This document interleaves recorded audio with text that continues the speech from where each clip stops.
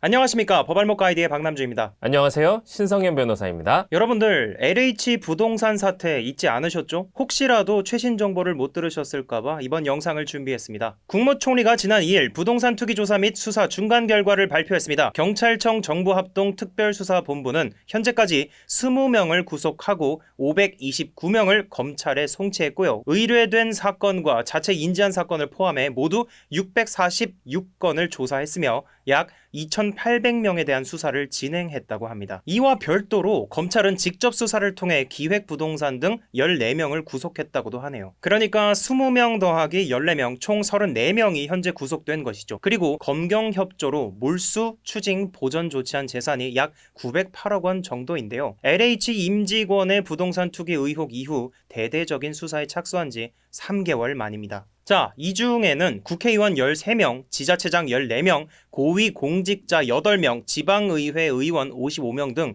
부동산 투기 행위가 적발된 공직자만 400여 명에 달한다고 하는데요. 이 소식을 보고 저는 두 가지에 놀랐습니다. 진짜 정말 썩을 대로 썩었구나 라는 것이 첫 번째고요. 두 번째는 구속된 34명, 그 수가 너무 적다는 것입니다. 그리고 다들 추측 가능하시겠지만 이 구속된 사람 중에는 당연히 고위공직자는 없습니다. 자, 이 구속에 대한 얘기를 해보겠습니다. 국민 감정으로 볼 때 구속 수사가 이루어지지 않으면 봐주면서 수사하는구나 라고 생각하시는 분들이 정말 많은데요. 수사 과정에서 구속이 되고 안 되고가 이 범죄 혐의 입증에 많은 영향을 끼치나요? 그냥 일반적으로 상식적으로 생각을 하면 구속을 시켜놓고 수사를 하면 아무래도 증거인멸을 할 시간도 없고 방법도 없고 하기 때문에 혐의 입증이 좀 더 쉬워지는 거 아니냐라고 생각을 하실 수가 있는데, 이거는 뭐 사건 인지 초기에 바로 구속을 했을 때나 가능한 얘기고, 좀 시간이 지난 다음에 구속을 하게 되면 그 사이에 이미 증거인멸을 했을 수도 있죠. 네. 그렇기 때문에 구속을 하는 게 바로 범죄 혐의 입증에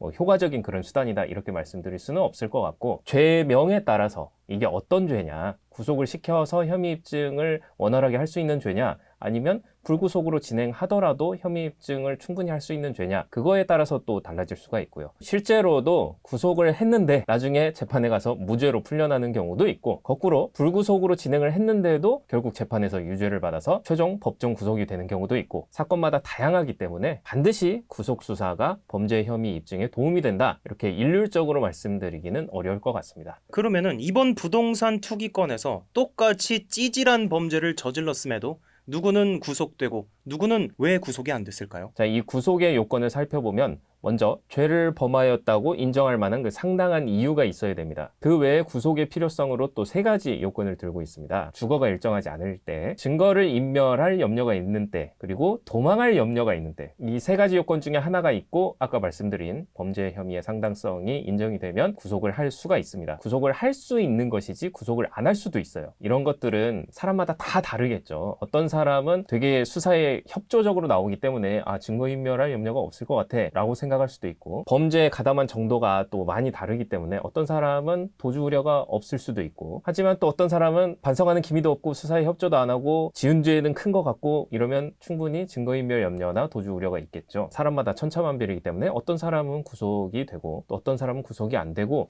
이러지 않았을까 이렇게 생각을 해볼 수 있을 것 같습니다. 모든 걸 결과로 보이는 숫자만으로 판단하는 것은 자칫 잘못하면 사실 왜곡으로도 빠질 수 있고, 그리고 음모론으로도 발전될 수 있겠지만 현재로도 증거 인멸의 가능성이 매우 높다고 판단되는데 왜 이렇게 구속되는 비율이 낮은 걸까요? 불구속 수사로 수사의 목적을 달성할 수 없는 경우다라고 판단을 할 경우에 구속 수사를 하는 것이기 때문에 구속 비율은 원래 낮을 수밖에 없습니다. 기본적으로 대부분은 단순 가담 형태일 거거든요. 그렇기 때문에 굳이 구속을 할 필요는 없다 이렇게 판단을 했을 가능성도 있고요. 그리고 이제 우리가 사건 기록을 다 살펴본 게 아니라서 알 수는 없지만, 보도된 바에 따르면 LH 사건 초기에 우리가 가장 중요하게 봤던 게 내부 정보 이용이잖아요. 맞아요. 그런데 이 내부 정보 이용 혐의를 가지고 조사한 사람보다 농지법 위반이나 아까 말씀하셨던 기획부동산 이런 식으로 사실 내부 정보 이용과 큰 상관이 없는 그런 혐의로 조사받은 사람들이 많아서 네. 그 경우에는 딱히 구속 수사를 할 필요가 없지 않느냐,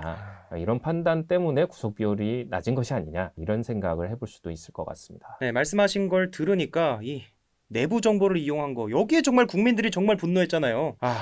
여기에 대한 것보다는 다른 부분에 집중되어 있다. 예전에 저희가 영상을 만들었을 때도 이 부분을 조금 걱정했잖아요. 이게 우려가 현실이 정말로 되고 여기서 끝날까봐 좀 걱정이 많이 되네요. 몰수 추징 보전한 재산이 908억이라고 하는데 LH 부동산 투기 폭로가 처음 일어났을 때 몰수가 과연 될까 하는 의문의 목소리가 법률 전문가 사이에서도 많았단 말이죠. 뭐 어떤 식으로 몰수가 되는 거죠? 네, 보도만 보시고 이제 몰수가 됐다, 추징이 됐다 이렇게 생각하실 수가 있는데 정확히 말하면 몰수 추징 보전 조치를 한 겁니다. 수사 재판을 진행하는 도중에 증거를 인멸하면 어떻게 해요? 그래서 그 증거를 보전 조치를 합니다. 증거 보전이라고 하죠. 마찬가지입니다. 몰수 및 추징도 최종 판결이 확정이 돼야 몰수 및 추징을 할 수 있는 거예요. 최종적으로 몰수 및 추징이 될지 안 될지는 모르겠지만 그 사이에 이거를 빼돌리거나 하면 문제가 생기기 때문에 몰수 및 추징을 못하는 상태가 되기 때문에 미리 묶어두는 겁니다. 908억에 해당하는 부동산을 몰수 추징을 했다가 아니라 908억에 해당하는 재산을 처분하지 못하도록 묶어두었다. 이렇게 보시면 될 것 같습니다. 네, 지금 이렇게 말씀을 해주셨는데 어떤 기사를 보면요. 그러니까 저도 아까부터 계속 이렇게 보전 이거 말씀을 드렸는데 이거 자체가 없는 것도 있어요. 몰수 및 추징한 재산이 908억 원이다. 그냥 이렇게 나온 기사도 있거든요. 이걸 보면은 국민들은